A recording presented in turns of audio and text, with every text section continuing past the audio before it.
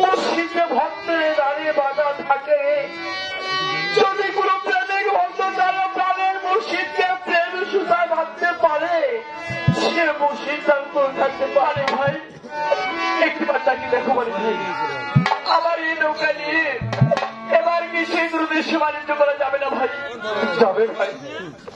এবার সব তুমি তোমার মায়ের নিকট দেবী যাই নিয়ে চলে নৌকা ঘুরে আমি তোমার ঘর দিয়ে পৌঁছে যাবো। যাচ্ছি ভাই।